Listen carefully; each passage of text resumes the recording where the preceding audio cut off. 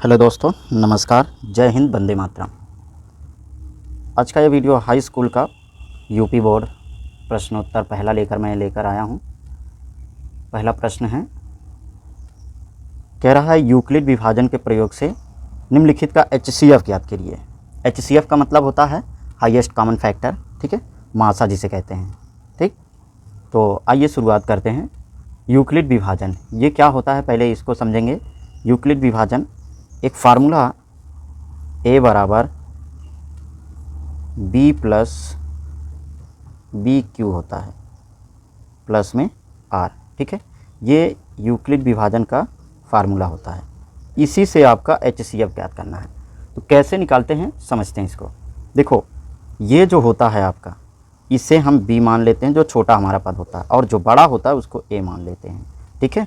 जो बड़ा होगा वो हमारा A हो जाएगा, जो छोटा होगा वो B हो जाएगा, ठीक।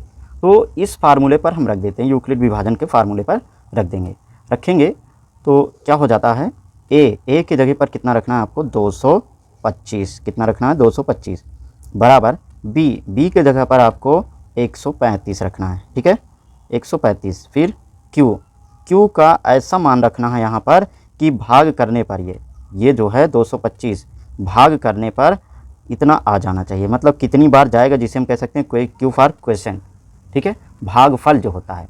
तो 135 से हम इसमें कितनी बार भाग करेंगे वो चीज़ यहाँ लिखा जाएगा। तो Q की वैल्यू अगर 135 दूना ले जाते हैं तो 270 हो जाता है, जबकि यहाँ पर 225 है, तो ये सही नहीं है।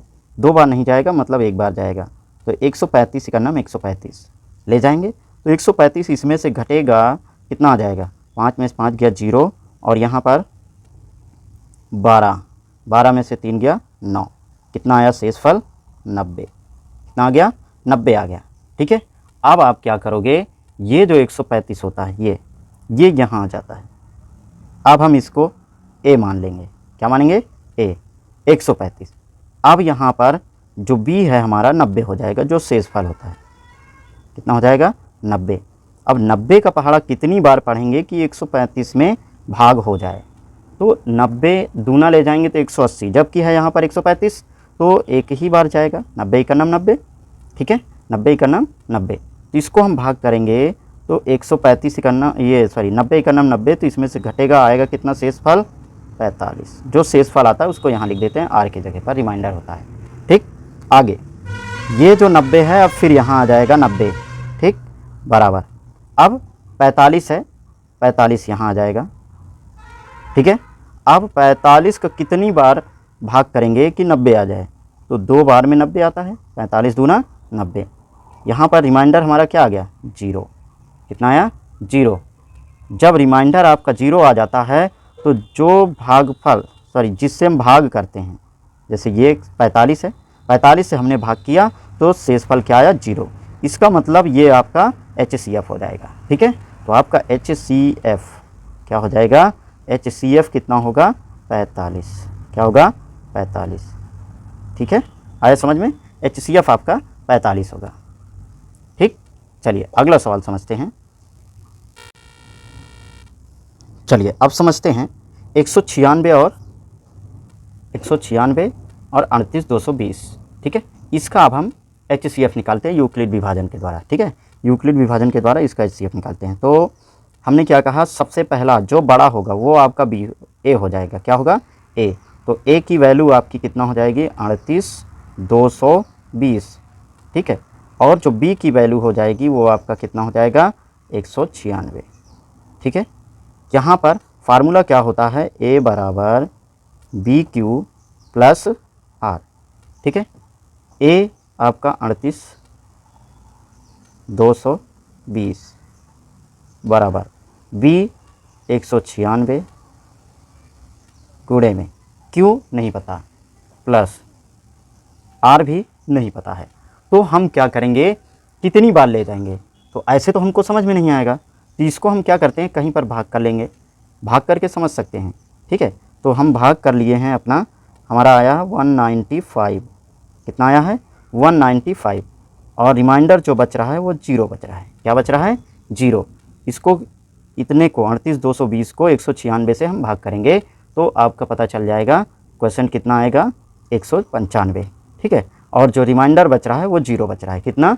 0 बच रहा है। तो आपका जो HCF हो जाएगा, B की वैल्यू ही HCF हो जाएगा। B बराबर कितना? 196 है। इसी से भाग करने पर इतना आ ही गया, तो क्या हो जाएगा? HCF आपका कितना हो जाएगा? HCF इक्वल में 196। ठीक है, आया समझ में? ठीक, चलिए आगे चलते हैं। अगला प्रश्न है, चलिए तीसरी सवाल है, समझेंगे। 867 ये आपका किसकी वैल्यू हो जाएगी? 867 इसमें बड़ा है या छोटा है? तो बड़ा है। बड़ा जो होता है A की वैल्यू होती है, और जो छोटा होता है वो आपकी B की वैल्यू हो जाती है 255। ठीक है, अब हम भाग करेंगे, यूक्लिड विभाजन का फार्मूला लिखेंगे, A बराबर BQ प्लस R। ठीक, तो A की वैल्यू है 867 बराबर B की वैल्यू है 255। Q नहीं मालूम है, R नहीं मालूम है। ठीक है, तो हम Q को निकालेंगे। Q कितनी बार में आ सकता है? देखो 255 अगर 2 बार ले जाएंगे तो 400, 4 1 5, 510 हो जाएगा, है ना? तो ये तो सही नहीं होगा। इसके लिए हमें क्या करना पड़ेगा? 3 बार ले जाएंगे तो 3 दूना 6, हाँ 3 बार जा सकता है। ठीक है, 3 बार जाएगा तो 3 पचे 15 हो जाएगा, और 3 पचे 15 1 16 हो जाएगा, और 3 दूना 6, 6 1 7 हो जाएगा। ठीक है, तो इसमें से घटेगा 2, यहाँ 0, यहाँ पर 1, 102। शेष फल कितना आएगा? 102 आएगा। कितना आएगा? 102। अब आपको करना क्या है? ये जो 255 है, 255 A की वैल्यू हो जाएगी। अब B की वैल्यू कौन हो जाता है? 102। कौन होता है? 102। कितनी बार में जाएगा? 2 बार में। तो शेष फल कितना बचा है? 102 दूना 105, सॉरी 102 दूना 204, तो 204 इसमें से घट जाएगा तो कितना बचेगा? 51 शेष फल आ जाएगा। ठीक है, शेष फल कितना आएगा? 51। अब आपका 110 A की वैल्यू, 102 A की वैल्यू हो जाएगी। अब 51 जो है वो B की वैल्यू हो जाएगी। कितनी बार जाएगा? 2 बार। 51 दूना 110, शेष फल आपका क्या बचेगा? 0। क्या बचेगा? 0। तो आपका जब शेष फल 0 हो गया तो HCF आपका कितना आ गया? HCF कितना आया? 51। ठीक है ना?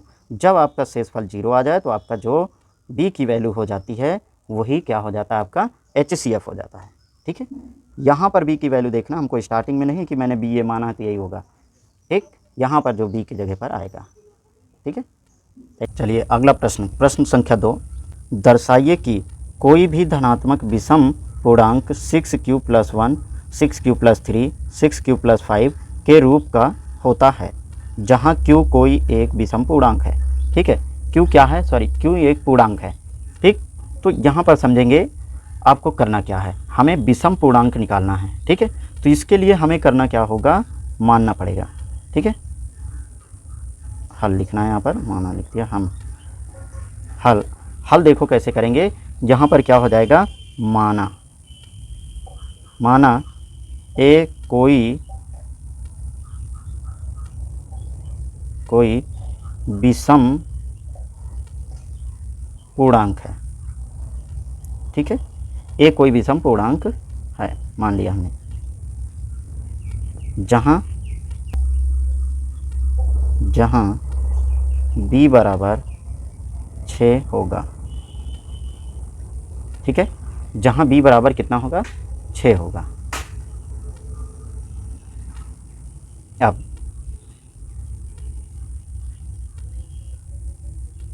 यूक्लिड विभाजन के सूत्र से, ठीक है, सूत्र से जब b को हम a को 6 से भाग करेंगे, a को 6 से विभाजित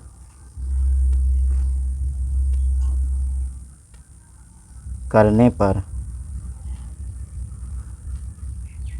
r बराबर 0, 1, 2, 3, 4, 5 प्राप्त होंगे।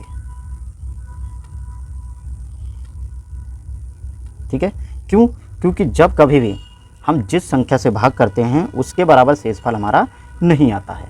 ये हमेशा हमको याद रखना है कि हम अगर किसी भी संख्या में भाग कर रहे हैं, जिस संख्या से भाग करते हैं उसके बराबर शेषफल नहीं आएगा, उससे छोटा आएगा तो यहाँ पर क्या हो जाएगा, हम लिख सकते हैं कि ये जो आपका r बराबर 0 is less than r equal, और जो r होगा वो क्या हो जाएगा, किससे छोटा होगा, 6 से, है ना, 6 से छोटा होगा।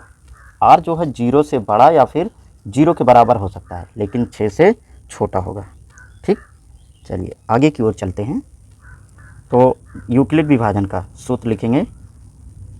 सूत्र क्या होता है, a बराबर बी क्यू प्लस आर।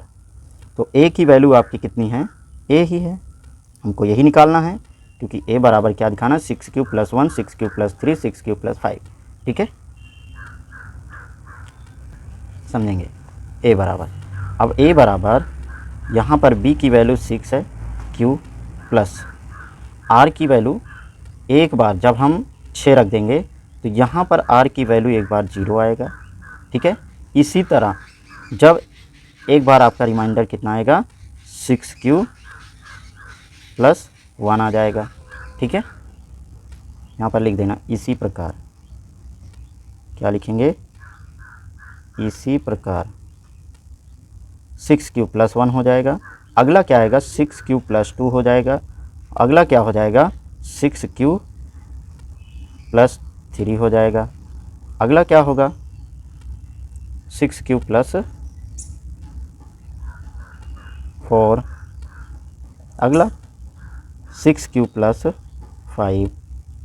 ठीक है, इतना प्राप्त होगा। तो हमको लेना क्या है, ये देखो 6q है, ठीक, चुनना क्या है हमको, विषम पूर्णांक। कौन सा पूर्णांक, विषम पूर्णांक लेना है। तो विषम पूर्णांक के लिए हमें क्या करना पड़ेगा, ये जो विषम पूर्णांक है, विषम पूर्णांक लेने के लिए ये देखो, जिसमें रिमाइंडर आपका जो शेष फल है वो क्या होना चाहिए, विषम होना चाहिए।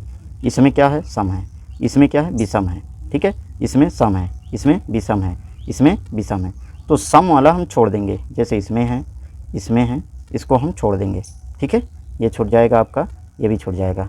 अब जो विषम विषम है उसको लिख देंगे आपका, जैसे 6q, a बराबर 6q + 1, दूसरा a बराबर 6q + 3, a बराबर तीसरा 6q + 5। विषम पूर्णांक लेने पर यही आपका आंसर हो जाएगा, ये प्रूफ हो जाएगा। ठीक है, आपको क्या लेना है, विषम पूर्णांक लेना है। ठीक, चलिए अगले प्रश्न की ओर। तीसरा प्रश्न हमारा है, तीसरा प्रश्न जो कि आपकी स्क्रीन पर ही है। ठीक है, आप अपनी स्क्रीन पर देख सकते हैं तीसरा प्रश्न क्या कह रहा है। प्रश्न क्या कह रहा है कि जो सेना की एक टुकड़ी है, 616 सदस्यों की एक टुकड़ी है सेना की, और इनको क्या करना है, मार्च करना है। ठीक है, मार्च करना है, वो भी किसमें, 32 सदस्यों वाली एक पंक्ति में या स्तंभ में इनको मार्च करना है। ठीक है, तो दोनों की संख्या बराबर होनी चाहिए, स्तंभों की और जो सेना है उनकी संख्या बराबर हो जानी चाहिए। तो 16 ऐसे 616 को ऐसे स्तंभों में विभाजित करना है। तो देखिए इसके लिए हमें करना क्या होगा, HCF निकालना होगा। क्या करना होगा, HCF निकालना होगा। तो HCF के लिए हम यूक्लिड विभाजन का प्रयोग करेंगे। किसका प्रयोग करेंगे, यूक्लिड विभाजन का। तो जो 616 है उसको हम A मान लेंगे, ये बड़ी संख्या है, और जो आपकी छोटी संख्या उसको हम B मान लेते हैं। तो A बराबर कितना आ जाएगा, BQ + R। ठीक है, ये फार्मूला होता है यूक्लिड विभाजन का।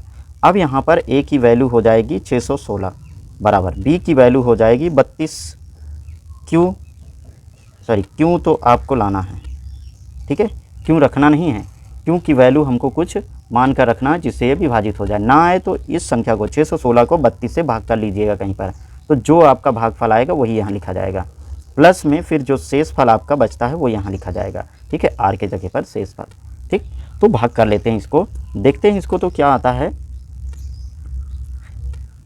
32 को अगर हम कितनी बार ले जा सकते हैं, यहाँ पर हम भाग करके देख सकते हैं। ठीक है, आप लोग समझ लीजिए, जैसे 616 है, इसको हम भाग करेंगे 32 से। ठीक, ना है तो इस तरीके से कर लिया करो, 32 का नम 32 हो जाएगा, इसमें से घट जाएगा 9, इसमें से घट जाएगा आपका 2, यहाँ पर 6 उतर आएगा।